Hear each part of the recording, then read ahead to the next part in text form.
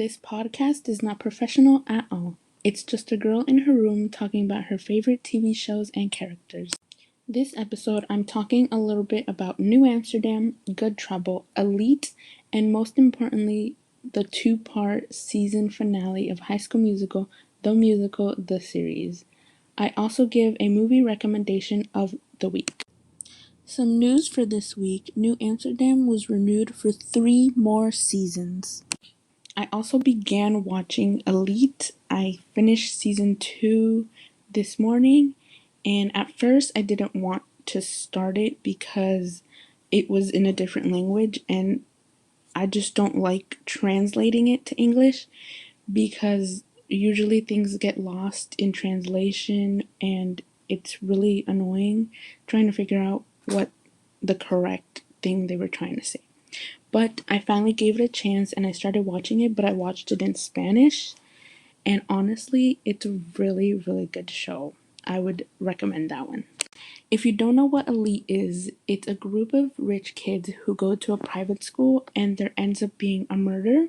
They're trying to figure out who the murderer is, and it's a really good ending, like who the murderer ends up being, because it actually makes sense.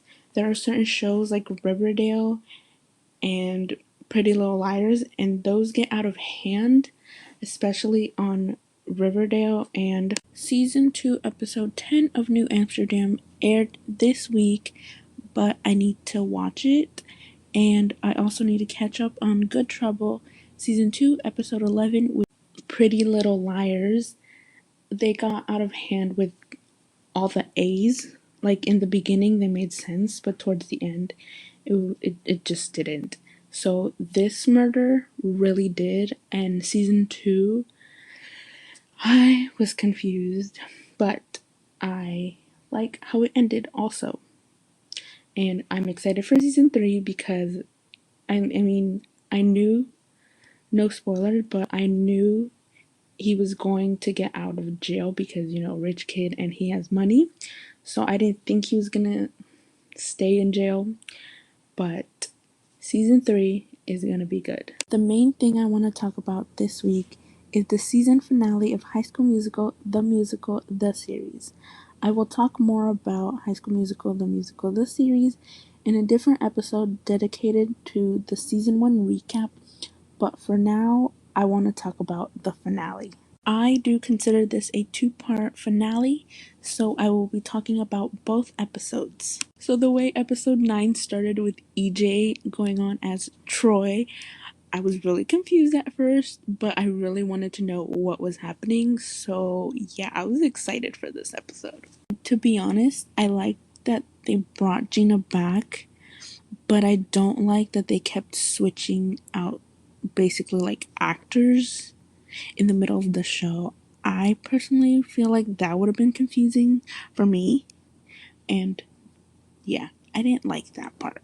I liked when Courtney was doing Taylor, and I understand like it was a last minute thing, so she didn't know all the parts, she didn't know all the moves, but I just don't love that part of the episode when they kept switching. And obviously later in the episode Ricky and EJ switch. That was a lot. One thing that I really love, and I haven't seen anyone else talk about, is the adults in the audience. They, every time they would pan the camera back to them, they would just be like singing their hearts out to the songs because they all knew the songs. They all grew up with the songs, and I thought that was such a sweet and like cool moment that they were all singing and they knew the songs that their kids, the younger generations know and are performing now, like keeping the tradition going basically. I thought that was really cool. Okay, but Seb also killed it in his number in Stick to the Status Quo. Like, vocals, yes. Dancing, yes. Choreography, yes. Same thing as dancing, yes. But him, the kid who plays Ryan's name, but they did that. So while Ricky was doing his amazing performance, his mom's boyfriend came in and they kissed in front of Ricky.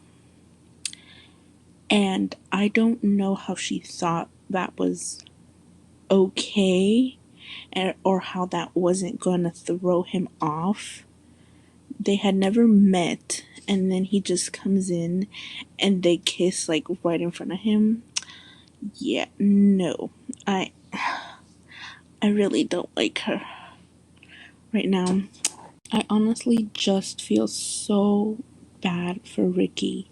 As soon as Ricky finds out that Nini is worried or whatever, he just goes and he stopped caring about his mom and her boyfriend, like, and went to go trade places with EJ because he wants Nini to have the best chance at getting into the freaking school, and he's the sweetest human ever.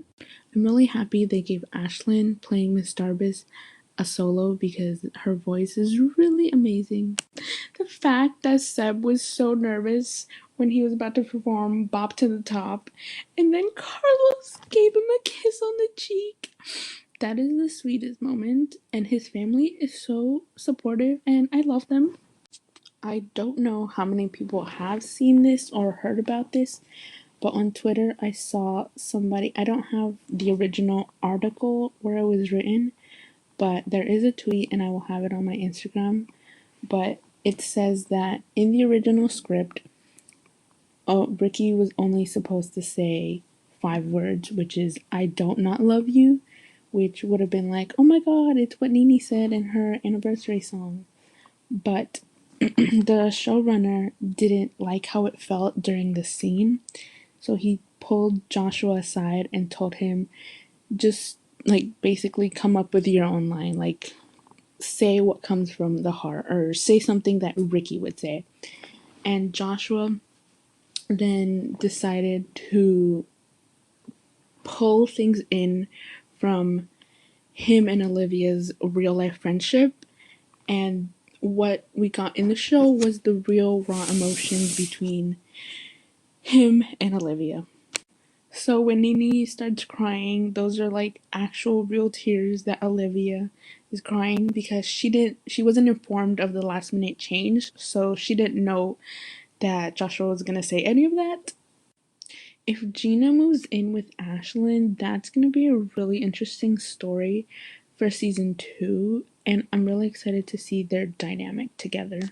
I also don't want to talk about Miss Jen and Mr. Mazzara because I want to talk about the season 1 recap and season 2 predictions, but I think they might be getting fired. So I am no theater kid, but I know that that performance wasn't the best and that they broke out of character a lot and probably did a lot of things wrong.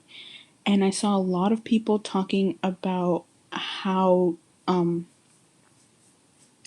Nini even got into the school, and it's true. I actually want to know like the notes that she took because it wasn't the best, but it also wasn't the worst.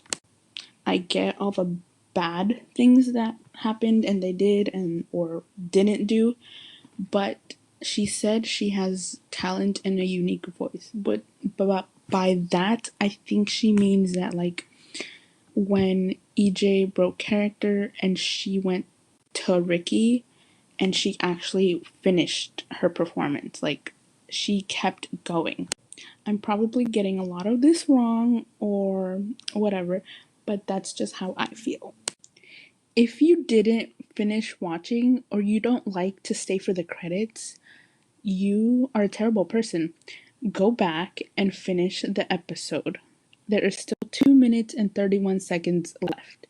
Go watch it and you will be amazingly surprised. If you did stay and watch it, then you know that Big Red is an amazing tap dancer, and him and Ashlyn are gonna be amazing parents one day, and they're gonna make beautiful babies together. Ever since her Thanksgiving party, I have been shipping them, and I knew they were gonna get together eventually, and I'm excited for season 2 because, yeah, they're my favorite couple. Well, besides Ricky and Nene, but they are my favorite. That is it for today's episode. If you like this podcast and want to hear more, then subscribe and listen to anywhere where you listen to your podcast. If you want to come talk to me about any shows or suggest shows I should watch or you want me to talk about, come over to my Instagram at Fangirl Talk Podcast. You can also follow me on my fandom Twitter, and I will be talking about different fandoms that I follow. Not all of them, because some don't have separate Instagrams or Twitters from their networks. And I know this podcast is about TV shows, but at the end, I will always be doing a movie recommendation because I also really love movies, but I don't want to make this podcast about movies. If you guys do want to know more about movies or movie recommendations, I could do a whole episode about movies, but not the whole podcast because I want it to be about shows. And if you have recommendations or want me to talk about or watch certain movies, DM me on my Instagram or my Twitter. I can do Hulu movies, Netflix, Disney Plus, or even YouTube movies if you guys want. The movie recommendation for this episode is called Unbelievable. It's available on Netflix, and it's based on true events, and it's about a rape victim and what happened in her case versus a few years later where the same similar thing happened in a different rape case, and a cop helps figure out who exactly committed these rapes. I just remembered that this isn't even a movie, it's a limited series show.